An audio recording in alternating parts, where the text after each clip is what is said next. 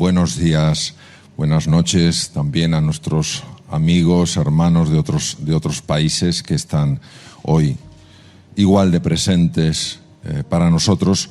Y cuando hablamos de temas como nuevas formas de trabajar, si el teletrabajo, yo creo que tenemos que ampliar la visión. Es una nueva forma de vivir.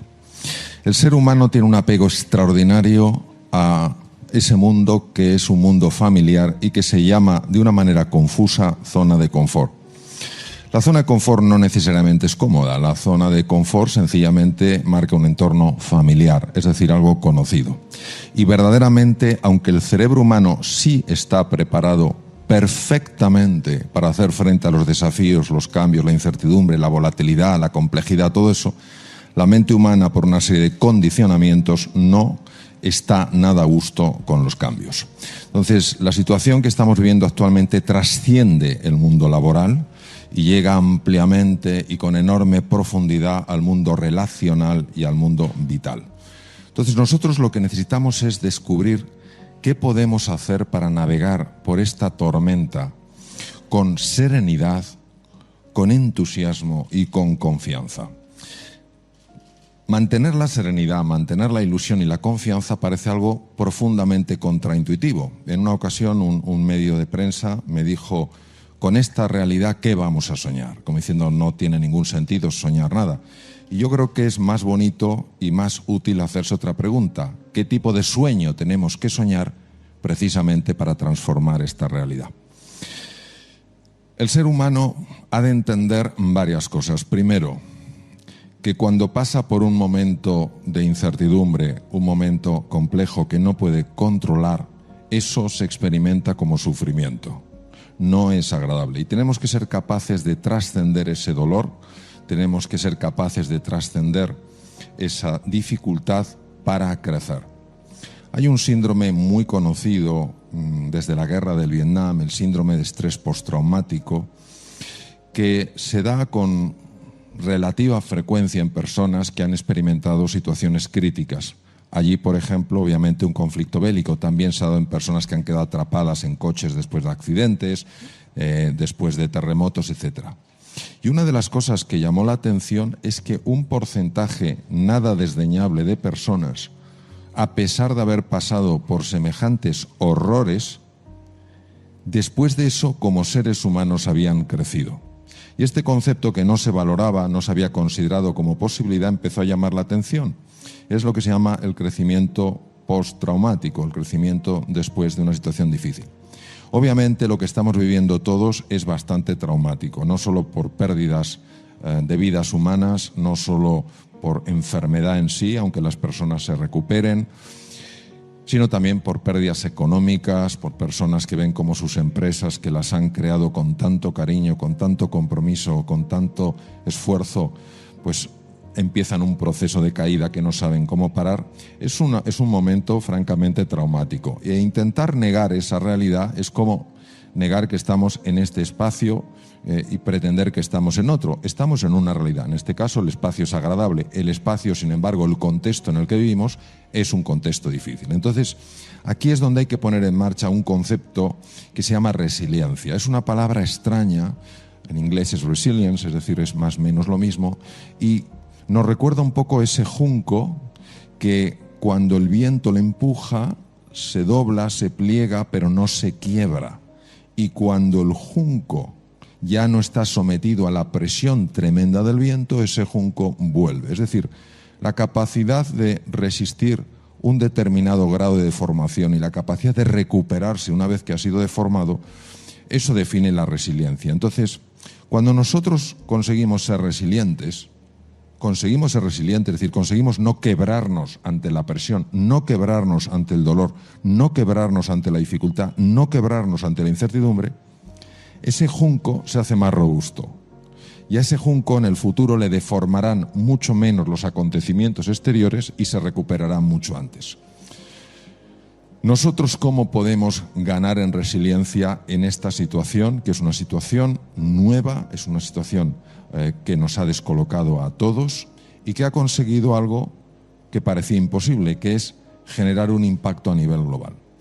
Pues nosotros tenemos que tener en cuenta que sea en el trabajo, sea en las relaciones personales con tus seres más queridos, sea con tus clientes, sea contigo mismo, contigo misma, hay una serie de dimensiones presentes en todo ser humano, esté en Santiago de Chile, esté en Lima, esté en Madrid, esté en Melbourne, esté donde esté, que si las cuidamos, si las tres cosas, las tres dimensiones las cuidamos, es inevitable que aumentemos la resiliencia, inevitable. ¿Y por qué son tres dimensiones? Pues porque el ser humano es así, es como si vemos un precioso tapiz del siglo XVII, por ejemplo, que son algunos tapices más bonitos que yo he visto, y ves que tiene 3 hilos de colores, y si tú quitas uno de esos hilos, el tapiz ya no es el mismo. Los 3 tapices los 3 hilos de colores se unen de tal manera que al final le dan esa belleza, esa distinción al tapiz. Pues nosotros tenemos 3 hilos de colores con los cuales se construye el tapiz más hermoso que se puede construir, que es un ser humano. Uno de los tapices, uno de los hilos, uno de los colores, correspondería a la dimensión física, a nuestra corporalidad, a nuestro cuerpo. La otra dimensión correspondería al aspecto, el otro hilo de colores, correspondería al aspecto mental, al funcionamiento de nuestra mente. Es cierto que nadie tiene muy claro qué es la mente humana. Hay algunos neurocientíficos que consideran que la mente es una pura emanación del cerebro, es decir, que el producto natural, la emergencia natural de un cerebro formado por 100.000 millones de neuronas y 100.000 billones de conexiones aproximadamente, eso es la mente. Sin embargo, hemos visto que eso no siempre es así. Sabemos perfectamente que en el cuerpo se generan procesos mentales. Por ejemplo, sabemos que en el tubo digestivo hay un cerebro que tiene ni más ni menos que 500 millones de neuronas y que está afectando directamente a los estados de ánimo.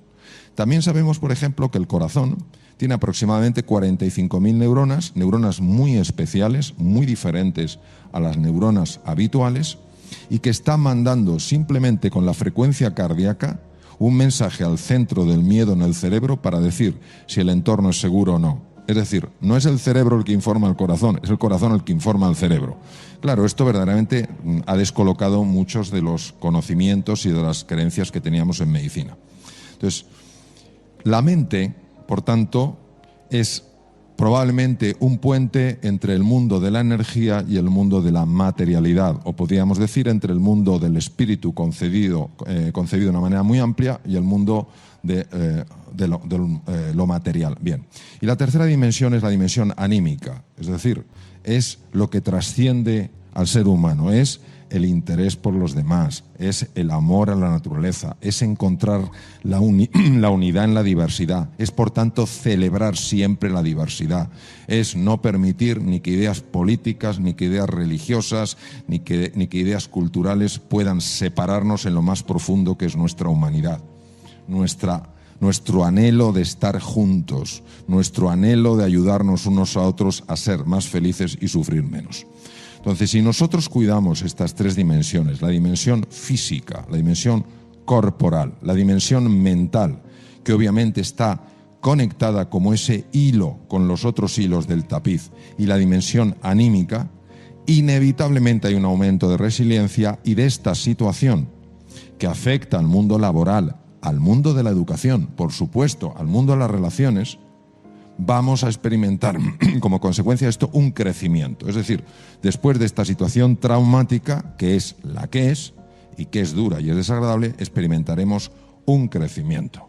Es decir, en lugar de quebrarnos, de ser un junco que se quiebra, o un junco que se queda doblado y no puede volver a su situación de partida, nos convertimos en juncos mucho más flexibles y simultáneamente mucho más robustos. Es decir, pasamos de la consistencia del hierro a la consistencia del acero.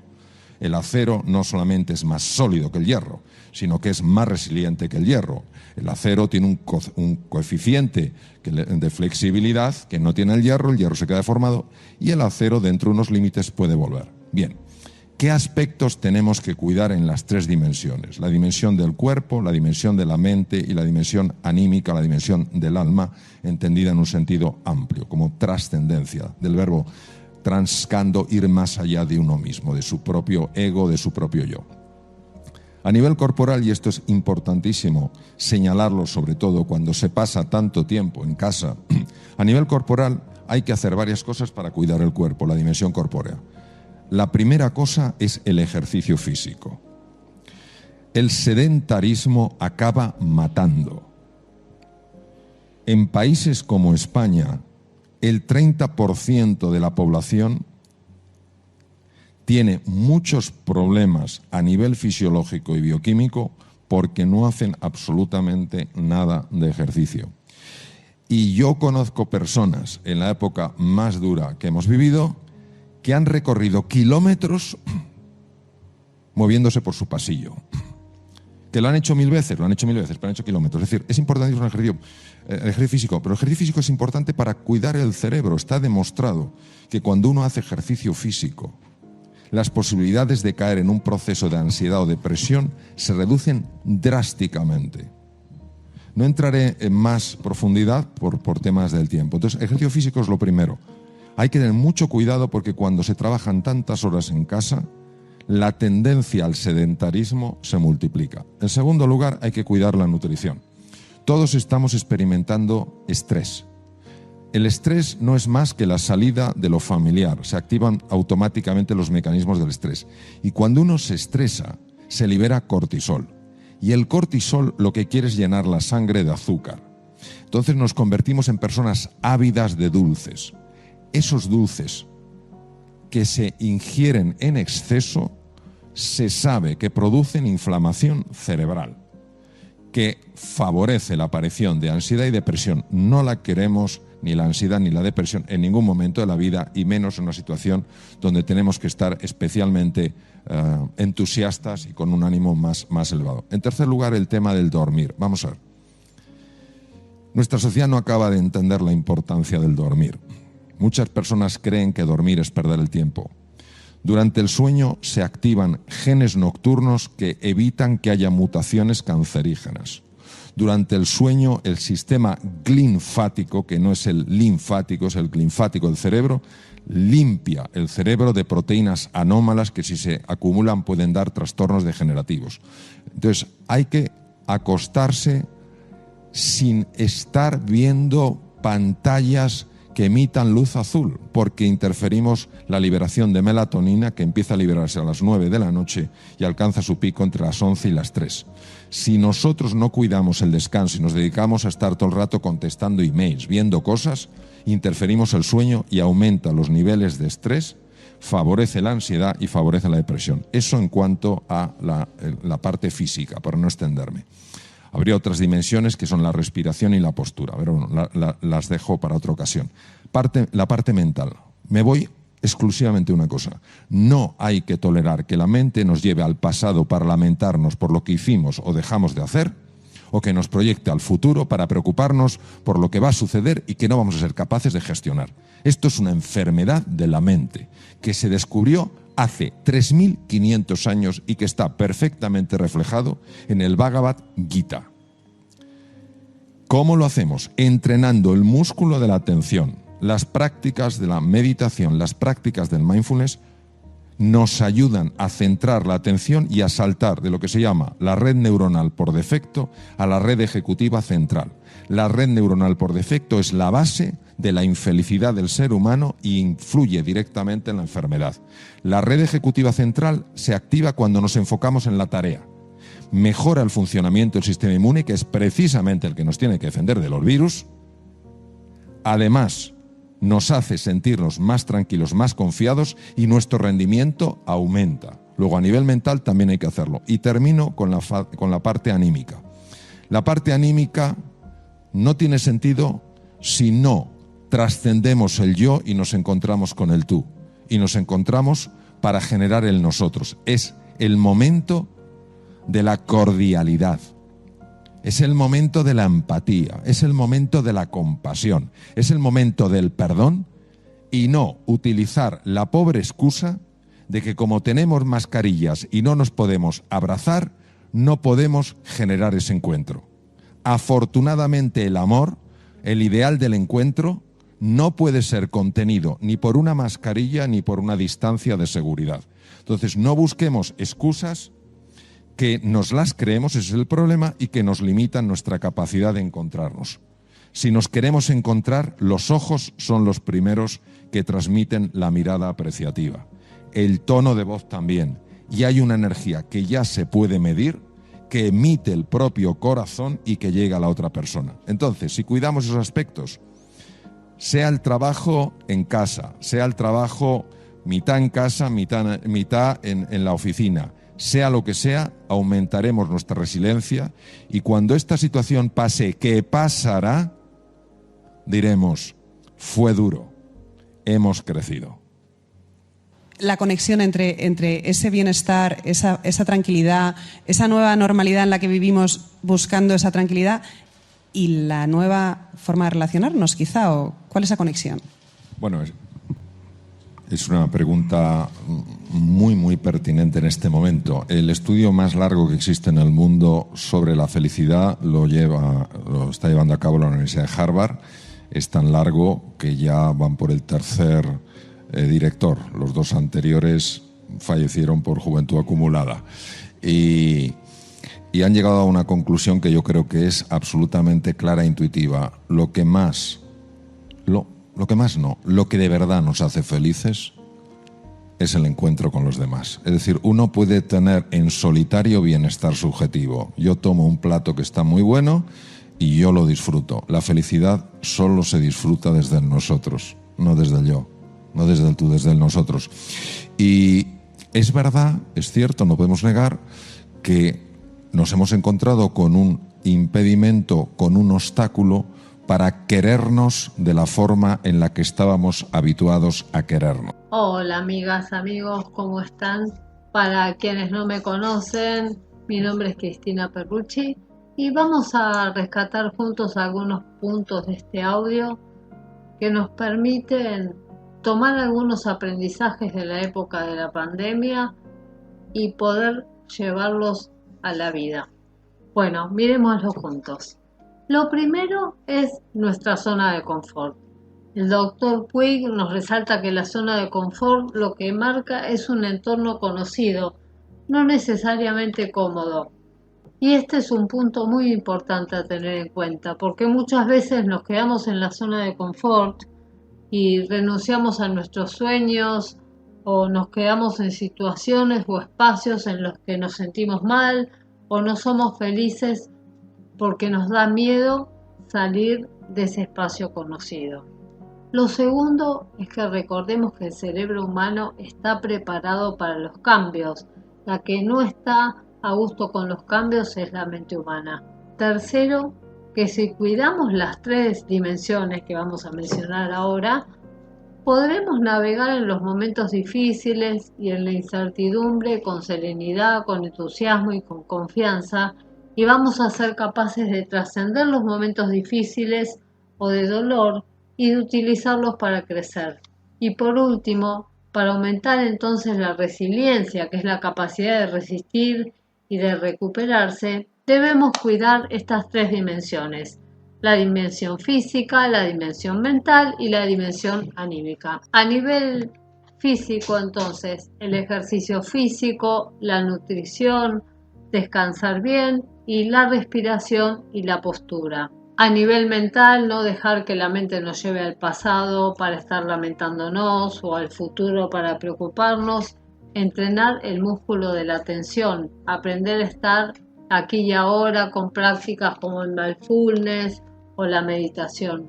Y por último, el tercer punto, recordar la importancia del encuentro con el otro, que lo que de verdad nos hace felices es el encuentro con los demás. Si miramos con atención estos cuidados que nos propone el Dr. Puig, no solo nos ayudan a aumentar nuestra fortaleza y nuestra resiliencia, sino que nos ayudan a vivir mejor y a desarrollarnos de una mejor manera. Amigos, amigas, muchísimas gracias como siempre por estar ahí. Esperamos que este video les haya sido muy enriquecedor. Un abrazo muy grande y hasta el próximo encuentro. Gracias.